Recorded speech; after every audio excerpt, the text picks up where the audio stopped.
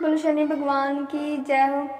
शनिवार व्रत कथा। एक समय की बात है, सभी नवग्रहों सूर्य, चंद्र, मंगल, बुध, बृहस्पति, शुक्र, शनि, राहु और केतु में विवाद छिड़ गया। विवाद का कारण था कि इनमें सबसे बड़ा कौन है।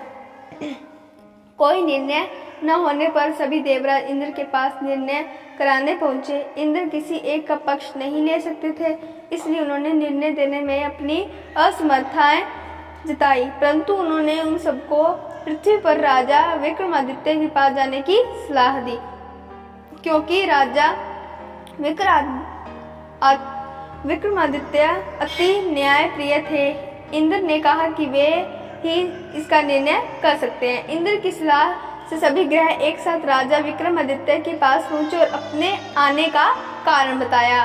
राजा इस समस्या से अति चिंतित हो उठे, क्योंकि वे जानते थे कि अगर उन्होंने किसी एक को बड़ा बता दिया तो बाकी ग्रह कुपित हो उठेंगे। तब राजा को एक उपाय सूझा। उन्होंने स्वर्ण, रजत, कांस्य, पित्तल, सीसा, रांगा, जस्ता, अब्रक और लौह से 9 सिंहासन बनवाए और उन्हें इसी क्रम में रख दिया। राजा विक्रमादित्य ने उन सब से निवेदन किया कि आप सभी अपने अपने सिंहासन पर स्थान ग्रहण करें। जो भी अंतिम सिंहासन पर बैठेगा वही सबसे छोटा होगा। लौह सिंहासन सबसे अंत में था, इस अनुसार लौह सिंहासन पर बैठने वाला सबसे छोटा होगा। शनिदेव सबसे अंत में लौह सिंहासन पर बैठे, तो इसलिए वही सबसे छोटे कहलाए। शनिदेव को लगा कि राजा ने यह जानबूझकर किया है, इसलिए उन्होंने कुपित होकर राजा से कहा, राजा तू मुझे नहीं जानता। सूर्य एक राशि में 1 महीना, चंद्रमा 2.25 महीना 2 दिन, मंगल 1.5 महीना, बृहस्पति 13 महीने में, बुध और शुक्र 1-1 महीने विचरण करते, परंतु मैं 2.5 से 7.5 साल तक रहता हूँ। शनिदेव क्रोधित होकर उन्हें कहने लगे कि श्री राम की 7.5 आने पर उन्होंने वनवास हो गया, रावण 7.5 आने पर वानरों की सेना से परास्त हो गए, अब तुम सावधान रहना। ऐसा कहकर शनिदेव वहां से चले। इसके बाद अन्य देवताओं ने भी वहां से प्रस्थान कर लिया। कुछ समय बाद राजा की 7.5 आई, तब शनिदेव घोड़ों के सौदागर बनकर वहां आए। किसी ने राजा को सूचना दी कि कोई घोड़े का सौदागर आया है तथा उसके पास जो घोड़े वह बहुत बढ़िया है। राजा ने यह समाचार सुनकर अपने अश्वपाल को उस सौदागर से घोड़े खरीदने का आदेश दिया। अश्वपाल ने कई अच्छे घोड़े खरीदे। वह एक सर्वोत्तम घोड़े को राजा को सवारी हेतु दिया। राजा जैसा ही उस घोड़े पर बैठा, वैसे ही वह घोड़ा भागकर वन की ओर चला गया। वन में काफी अंदर पहुंचकर घोड़ा गायब हो गया और राजा भूखा प्यासा जंगल में भटकता रहा। भटकते भटकते राजा को बेहद प्यास लगी। तब एक ग्वाले ने उसे पानी पिलाया। राजा ने प्रसन्न होकर उसे अपनी अंगूठी दे दी। वह अंगूठी देकर राजा आगे चल दिया और एक नगर में पहुंचा। वहां उसने अपना नाम उज्जैन निवासी विका बताया। वहां एक सेठ की दुकान से उसने जल इत्यादि पिया और कुछ विश्राम भी किया। भाग्यवश उस दिन सेठ की बड़ी बिक्री हुई। सेठ खुश होकर उसे खाना खिलाने के लिए अपने साथ कर ले गया। वहां उसे एक खूंटी देखी जिस पर एक हार टंगा था। राजा ने देखा कि खूंटी उस हार को निगल रही है और थोड़ी देर में पूरा हार गायब हो गया। सेठ ने समझा कि विका ने हार चुराया है। उसने विका को कोतवाल के पास पकड़ा दिया।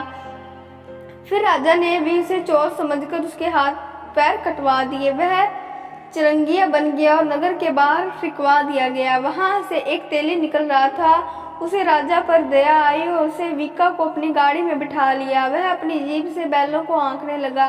उस काल राजा की शनि दशा समाप्त हो गई। वर्षा ऋतु आने पर राजा मल्हार गाने लगा। तब वह जिस नगर में था वहां की राजकुमारी मनभावनी को वह इतना भाया कि उसने मन ही मन प्रण कर लिया कि वह उस राग गाने वाले की विवाह करेगी।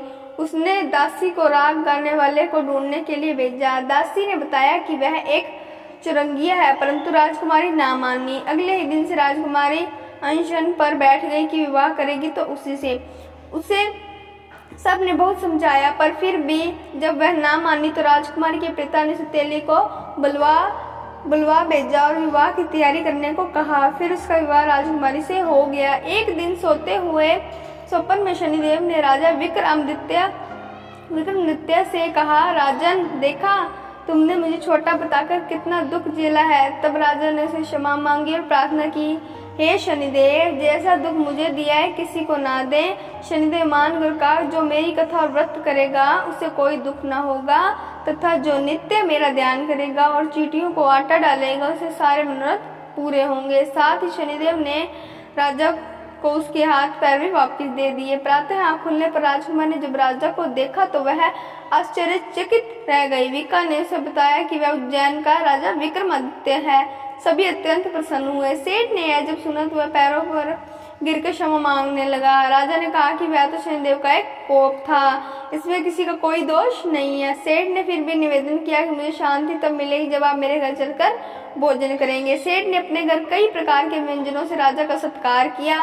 साथ ही सबने देखा कि जो कुट्टी हार निगल गई थी वही अब उसे उगल रही थी। सेठ ने अनेक मोहरे देकर राजा का धन्यवाद किया और अपनी कन्या श्री कंवरी से शादी करने का निवेदन किया। राजा ने सहर्ष स्वीकार कर लिया। कुछ समय पश्चात राजा अपनी दोनों रानियों मनभावनी और श्री कंवरी को उज्जैन नगरी के लिए निकल पड़े। वहां नगर वासियों ने सीमा पर इनका स्वागत किया। सारे नगर में दीपमाला हुई, सबने खुशी मनाई। राजा ने घोषणा की, मैंने शनिदेव को सबसे छोटा बताया था, जबकि असल में वही सर्वोपरि है। तब से सारे राज्य में शनिदेव की पूजा और कथा नियमित रूप से होने लगी।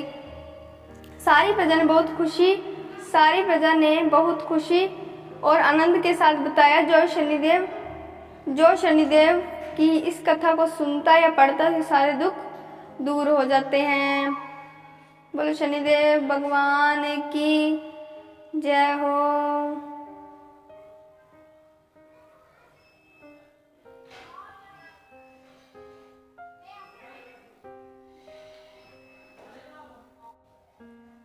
बोलो शनि भगवान की